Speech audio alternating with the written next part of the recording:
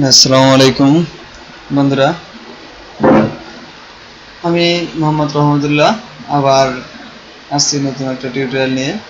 অর্থাৎ আমাদের M S word এর ৩য় নম্বর ক্লাস নিয়ে আমি আপনাদের সামনে হাজির হলাম। আমি এর পূর্বের পর্বে আপনাদের সামনে এম.এস ওয়ার্ড এর হোম মেনু নিয়ে আলোচনা করছিলাম, যদিও আসলে শেষ করা হয়নি। বন্ধুরা, আমি চাচ্ছি না খুব বেশি দীর্ঘ সময় নিয়ে একটা টিউটোরিয়াল তৈরি করতে, কেননা এগুলো আসলে আপনাদের বিরক্ততা আনতে পারে। যাই হোক বন্ধুরা, বেশি কথা না বাড়িয়ে আমরা আমাদের পরবর্তী টিউটোরিয়ালের কাজে চলে যাচ্ছি। আর বন্ধুরা, আপনাদেরকে একটি কথা জানিয়ে রাখি, আমি এম.এস ওয়ার্ডের উপরে ফুল একটা টিউটোরিয়াল তৈরি করতে যাচ্ছি। অর্থাৎ আপনারা যদি আমার ক্লাস বাই ক্লাস এই টিউটোরিয়ালগুলো দেখেন, তাহলে আমি আশা করি যে এম.এস ওয়ার্ডে আপনার কোনো সমস্যা থাকবে না। তারপরেও যদি সমস্যা থাকে অবশ্যই আপনি কমেন্ট করে জানাবেন। আশা করি আমি সমস্যার সমাধানের চেষ্টা করব। তো বন্ধুরা, আমরা চলে যাচ্ছি আমাদের পূর্বের ক্লাসে কী ছিল সেটা একটু নিয়ে দেখি। হ্যাঁ বন্ধুরা, তবে আমাদের পূর্বের ক্লাসে আমরা যে পর্যন্ত কাজ করছিলাম সে হচ্ছে আমাদের বুলেটস পর্যন্ত আমরা কাজ করে গেছিলাম। পরবর্তী আমাদের প্যারাগ্রাফের যেগুলো আছে, অর্থাৎ লাইন স্পেসিং, তারপরে আছে আমাদের এমপ্লয়েজ ইন্ডেক্স, তারপরে আছে আমাদের right and left direction, A to Z ইত্যাদি ইত্যাদি। তো বন্ধুরা, আমি এখানে শুরু করি।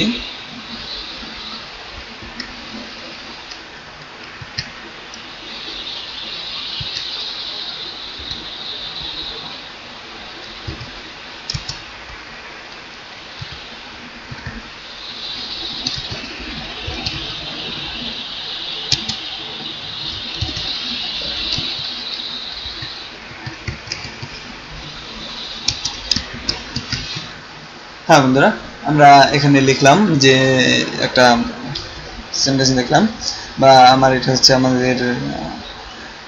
আমার ইউটিউব চ্যানেলের নাম, অল টাচ কম্পিউটার প্রো।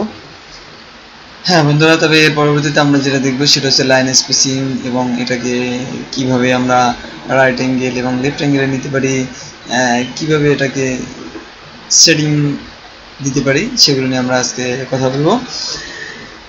তাহলে বন্ধুরা, আমরা এটাকে প্রথমে সিলেক্ট করে নিলাম। এটা একেবারে পুনরায় সিলেক্ট করার জন্য কন্ট্রোল হোম প্রেস করলাম, কন্ট্রোল শিফট ইন্ট, আমরা শিফট ইন্টে প্রবেশ করলাম। এরপরে আমাদের যেটা আছে সেটা হচ্ছে আমরা এটাকে কপি করলাম, কন্ট্রোল সি, এটাকে পেস্ট করলাম। পরবর্তীতে কন্ট্রোল ভি, আমরা অনেকগুলো পেস্ট করলাম। এর কারণটা হচ্ছে আমরা এখন যেটা দেখবো সেটা হচ্ছে আমাদের লাইন স্পেসিং। এটা পুনরায় আমাদের সিলেক্ট করার জন্য কন্ট্রোল শিফট হোম, অর্থাৎ সবগুলোই সিলেক্ট হয়ে গেল। এরপরে আমাদের এখানে যেটা আছে সেটা হচ্ছে লাইন স্পেসিং। আমরা লাইন স্পেসিংয়ে ক্লিক করলাম। এর পরবর্তীতে আমাদের এখানে দেখতেই পারতেছি বন্ধুরা, আমাদের লাইন স্পেসিং অপশন চলে আসছে। তো আমরা এখান থেকে লাইন স্পেসিং অপশনে চলে যাব। সেখান থেকে আমাদের এগুলো উপরে যেমন আছে অ্যালাইনমেন্ট, তারপর আউটলাইন লেভেল, তারপর ডিরেকশন লেফট এন্ড রাইট, তারপর আছে বিফোর টেক্সট, আফটার টেক্সট, তারপর আছে স্পেশাল বাই, মনিটরিং ইত্যাদি ইত্যাদি। তা বন্ধুরা, একটু বলে রাখি যে এখানে আমাদের আসলে প্রাথমিক পর্যায়ে কাজ করতে যেটা লাগবে সেটা হচ্ছে আমাদের আফটারের এখানে 10 পিটিকে আমরা 0 পিটি করে দেব। মাল্টিপল এখানে দেওয়া আছে, এটাকে আমরা সিঙ্গেল করব, আদারওয়াইজ আমরা ওকে প্রেস করব। তাহলে আমরা দেখতে পাবো যে বন্ধুরা, আমাদের লেখাটা কিন্তু লাইন স্পেসিং চলে আসছে। এরপরে আমরা যদি এটাকে একটু বৃদ্ধি করতে চাই, তাহলে আমাদের এখানে কিছু অপশন দেওয়া আছে। আমরা এখান থেকে আমাদের অপশনগুলোকে বৃদ্ধি করতে পারি। যে এখানে আমার কিছু অপশন দেওয়া আছে, এগুলো আমরা নিয়ে কাজ করতে পারি। হ্যাঁ বন্ধুরা, আমাদের সুবিধার্থে আমরা একটু সাইজটাকে বড় করে নিই। আমরা সাইজটাকে একটু বড় করে নিলাম।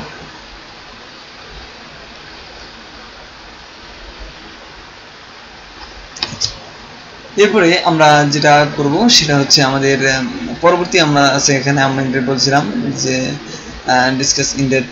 আমরা এই ইনডেটটা কিভাবে করব, আমরা যদি দেখি এখানে একটা ক্লিক করি তাহলে আমরা দেখব যে এটা কিন্তু আমাদের ট্যাপের মতো কাজ করতেছে, অর্থাৎ আমরা ট্যাপ কাজ করলে যেভাবে কাজ করতো সেম পদ্ধতিতে কাজ করতেছে। এটা হচ্ছে ডিসকাস হচ্ছে, অর্থাৎ আমার যতটুকু দূরত্ব নিয়ে আসছে ততটুকু দূরত্ব নিয়ে আবার চলে যাচ্ছে।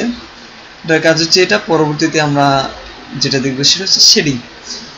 তো বন্ধুরা, শেডিং এর বিষয়টা হচ্ছে আমরা আসলে কোনো লেখার নিচে একটা কালার দিতে চাই, সেটার নাম হচ্ছে শেডিং। তো আমি এটাকে শেডিং করব।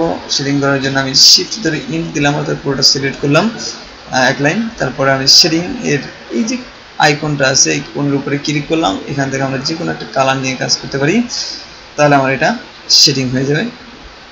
তাই আমি বন্ধুরা একটু বলে দিই, শেডিং কালারটা আসলে হালকা যে কালারটা থাকে সেটা দেওয়া সবচেয়ে বেটার।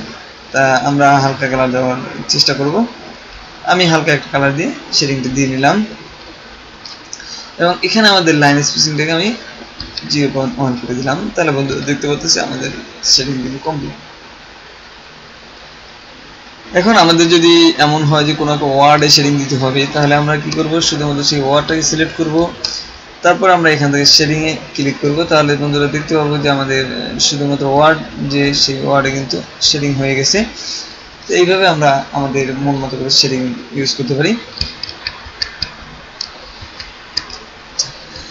তারপরে যেটা আছে সেটা হচ্ছে আমাদের এখানে আছে যে বর্ডার, অর্থাৎ বটম বর্ডার।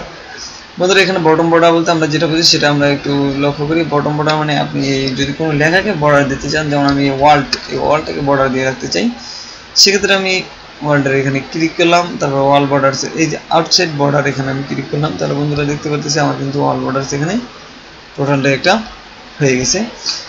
আমরা হয়তো মার্জিনের জন্য দুটো দেখতে পাচ্ছি না, আমি একটু ভিডিওটা দেখে নেই। ভিডিওটা আমরা দেখতে পাচ্ছি আমাদের কিন্তু এখানে কমপ্লিট। ওকে, তাহলে এটা হচ্ছে আমাদের সেই বর্ডার। এর পরবর্তীতে আমাদের এখানে আছে A to Z। এই A to Z এর ব্যাপারটা আমি একটু সবাইকে বুঝিয়ে দিই। এখান থেকে আমি পুরোটা কেটে দিই। A to Z হচ্ছে আমাদের এখানে নিচের লাইনটাকে উপরে নেওয়া এবং উপরের লাইনটাকে নিচে নেওয়া, এই বিষয়ে আলোচনা করে। যেমন আমি এটা দেখাই, আমি দুইটা লাইন সিলেক্ট করলাম, এখানে A to Z A click করলাম। পরবর্তীতে আমরা এখানে যেটাই টিক থাক তার দ্বিতীয় পরবর্তীটা টিক দিয়ে আমরা ওকে করলাম। তাহলে বন্ধুরা আমরা দেখতে পাচ্ছি যে আমাদের কাজটা এবার আবার করি। এই যে এবারে এখানে ক্লিক করলাম,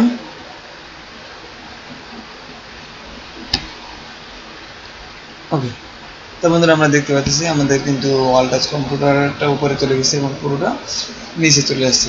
তো এইভাবে আমরা এখান থেকে এই কাজগুলো করতে পারি। এই হচ্ছে আমাদের হোম মেনু বিষয়ে আলোচনা। এর পরবর্তীতে আমাদের এখানে কিছু আছে যেগুলো হচ্ছে ডিজাইন। বন্ধুরা, এখানে অনেকগুলো ডিজাইন দেওয়া আছে, আমাদের চাই ডিজাইনগুলো ইউজ করতে পারি।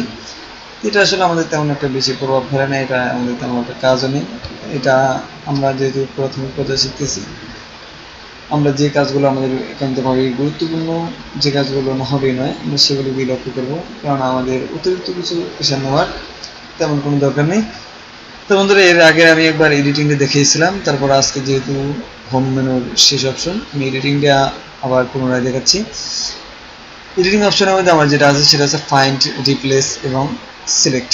তা বন্ধুরা, এখান থেকে সিলেক্ট আছে, আমরা সিলেক্ট করতে পারি। এখানে আছে সিলেক্ট অল, যদি আমরা ক্লিক করি তাহলে আমাদের পুরোটাই সিলেক্ট হবে। আমরা যদি সিলেক্ট অবজেক্টকে ক্লিক করি তাহলে শুধুমাত্র আমাদের অবজেক্ট সিলেক্ট হবে। তো বন্ধুরা,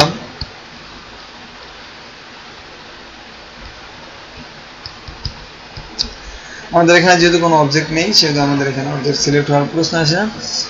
পরবর্তীতে আমরা আসবো রিপ্লেসে আমরা ক্লিক করলাম। এখানে রিপ্লেসে ক্লিক করার আগে আমরা কোন শব্দটা পরিবর্তন করব সেটা আমরা একটু দেখি। আমরা পুরোটাকে পরিবর্তন করব, যেমন এখানে আমি লিখলাম প্রো, আর ও, পুরোটাকে পরিবর্তন করব। কি দিয়ে পরিবর্তন করব? ওটাকে পরিবর্তন করব আমরা ইনস্টিটিউট দিয়ে। যেমন আমি লিখলাম INS ইনস্টিটিউট। এখানে যদি আমি রিপ্লেস অল দিই, তো বন্ধুরা আমরা একটু ফলো করি যে নিচে কিন্তু সবগুলো পুরো আছে। রিপ্লেস অল প্রেস করলাম,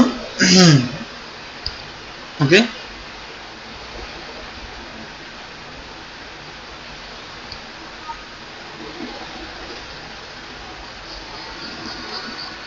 সরি, এখানে পুরো নাই, এখানে PR ও পুরো। এরপর